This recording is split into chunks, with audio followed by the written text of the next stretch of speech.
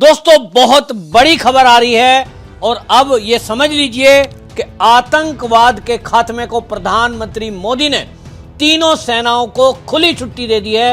ये इस वक्त की बड़ी खबर है। सीसीएस की मीटिंग हुई है और इस सीसीएस की 2.5 घंटे चली मीटिंग में तीनों सेनाओं के प्रमुख और हमारे देश के एनएसए अजीत डोभाल, रक्षा मंत्री राजनाथ सिंह ये मौजूद हुए और बैठक पे बैठक का दौर उसी दिन से चालू है जब से कश्मीर में आतंकवादी हमला हुआ है। और उस आतंकवादी हमले के बाद से लगातार यह तय किया गया सरकार के द्वारा कि इस बार आतंक का समूल नष्ट करके ही दम लेंगे।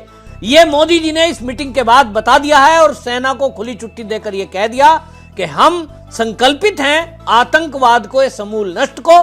तो आतंकवादियों को मिटाने के लिए जहां तक भी जाना पड़ेगा और उनको जो पालने पोसने वाले हैं, उनके जो आका हैं, वो जहां भी बैठे हों उनको खोजकर और मार देना है, मार गिराना है, मिट्टी में मिला देना है। तीनों सेनाओं को यह खुली छुट्टी दे दी है और इसके बाद गृह मंत्री अमित शाह प्रधानमंत्री से मिलने पहुंचे हैं।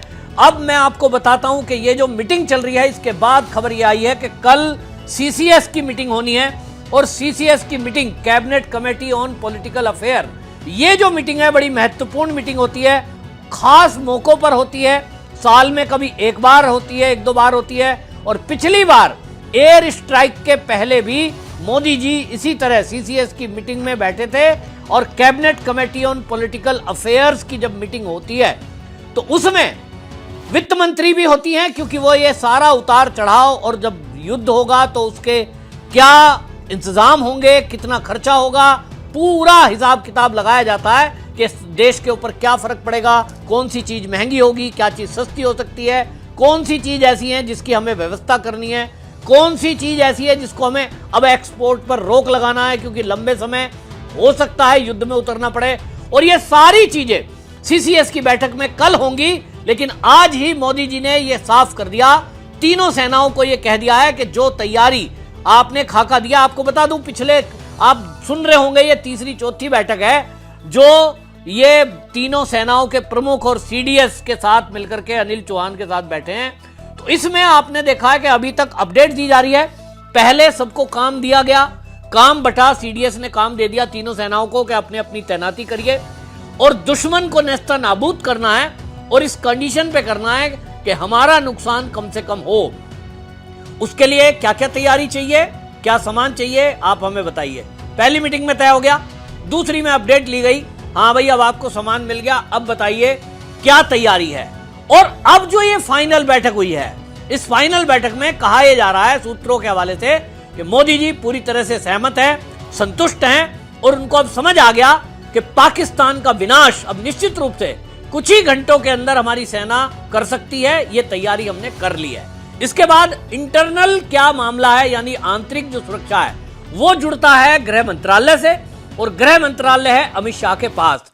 ये जो बैठक हुई है इसमें अभी तीनों सेनाओं के प्रमुख और सीडीएस, एनएसए अजीत डोभाल और राजनाथ सिंह ये जो मिलकर के बैठे हैं, इसमें इसके अंदर गृह मंत्री अमित शाह नहीं थे, तो गृह मंत्री अमित शाह मोदी जी के घर पहुंचे हैं, ये खबर आ रही है। और उसमें अब वो अपडेट देंगे कि आंतरिक सुरक्षा का क्या मामला है। जैसे हमने देखा है पाकिस्तान के जो नागरिक थे उनके वीजे रद्द कर दिए गए थे, मेडिकल ग्राउंड पे बहुत सारे लोग यहाँ आते हैं जिनकी संख्या लाखों में होती है, उनके भी वीजे की डेट जो है खत्म हो गई है। तो उनको क्या करना है, जो अवैध रूप से अब यहाँ रह गए, क्योंकि 27 तारीख वीजे की लास्ट डेट थी, सरकार ने तय कर दिया कि उसके बाद अगर कोई यहाँ मिला तो 3 साल की सजा और 3 लाख रुपए जुर्माना। अब ये पकड़ पकड़ कर जेल में डाले जाएंगे।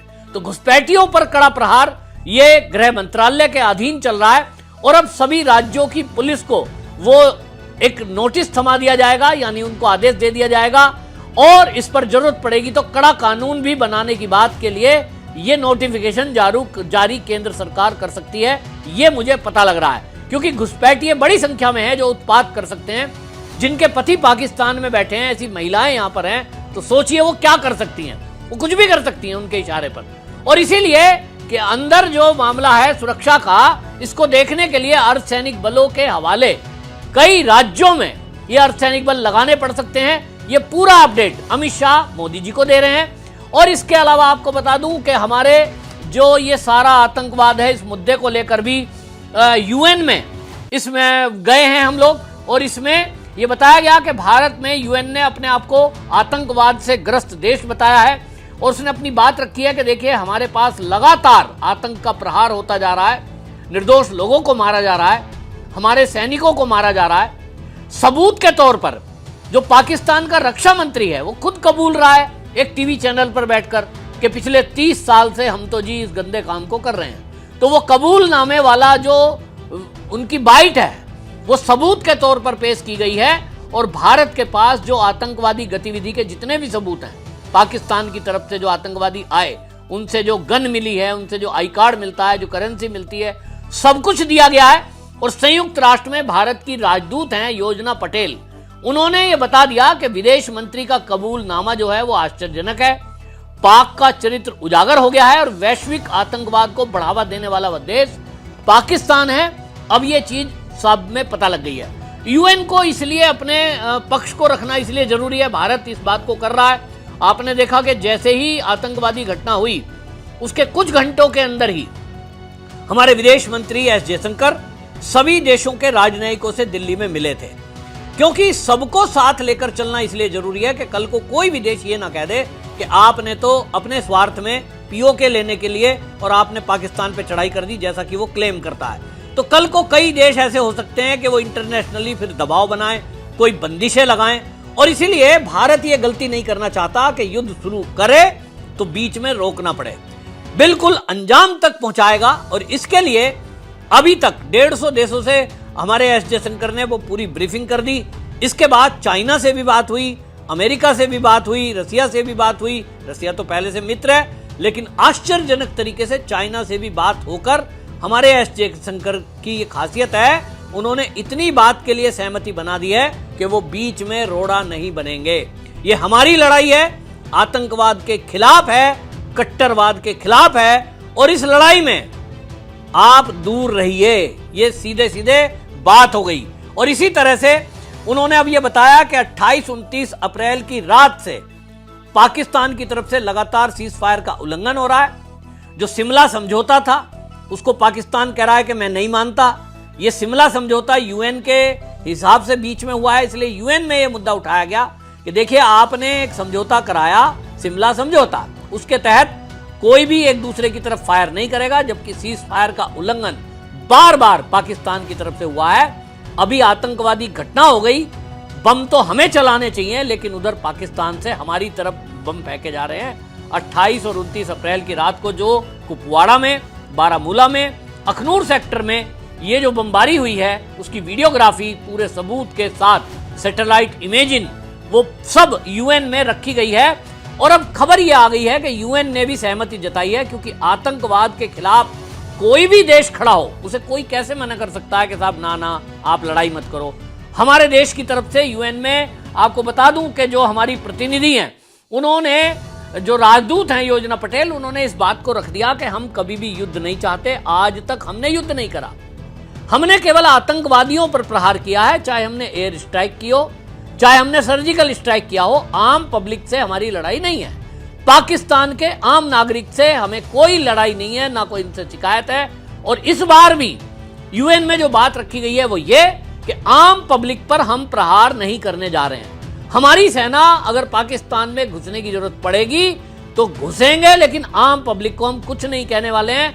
हमारी लड़ाई आतंकवाद से है, और जो आतंकवाद के रास्ते में अगर सेना आएगी या कोई भी आएगा फिर वो भी हमारा दुश्मन है। यानी सेना तैयार करती है, ऐसे सबूत मिल रहे हैं। अभी जो घटना हुई है ये 22 अप्रैल वाली, इसमें भी सामने आया है कि पाकिस्तान की आईएसआई ने ही ट्रेंड करके अपना कमांडो भेजा है यहां हत्या करने के लिए, और उसी ने यहां आकर ट्रेनिंग दी, हथियार लेकर के आया। तो कुल मिलाकर के यूएन में अपनी बात रख दी गई है। और ये जो बैठक है, अब इसके बाद में जो खुली छुट्टी दे दी गई है, अब कह दिया कि आपको फ्री हैंड है, अब आप कभी भी ऑपरेशन चला सकते हैं, कभी भी चढ़ाई कर सकते हैं। अगर उधर से गोलाबारी आती है, कोई भी आपकी तरफ कोई मिसाइल आती है, अब आप बदला दीजिए। आप अपने आप में खुली छुट्टी है, ये हो गया। कल फाइनल बैठक होनी है, और अब फाइनल बैठक के बाद होगा, कब होगा ये मैं आपको पहले ही एक वीडियो में बता चुका हूं कि देखिए 9/11 जब हुआ था, अमेरिका ने अफगानिस्तान जैसे छोटे देश में एक महाशक्ति होने के बाद भी 30 दिन तक पूरी तैयारी की थी, पूरी उसकी रेकी की थी, कहां कहां उसके ठिकाने हैं वो सब पता लगाया था। 1 महीने बाद पूरी ताकत से उसके ऊपर हमला किया था, तब वो घुटने पे आया। और अब मोदी ने जो खुली छुट्टी दी है, अब इसके बाद आप देखेंगे तगड़ा एक्शन कभी भी किसी भी पल हो सकता है। आपकी इस पर क्या राय है, कमेंट में जरूर लिखिए। वीडियो को अधिक से अधिक शेयर करिए ताकि हर परिवार के पास ये वीडियो पहुंचे।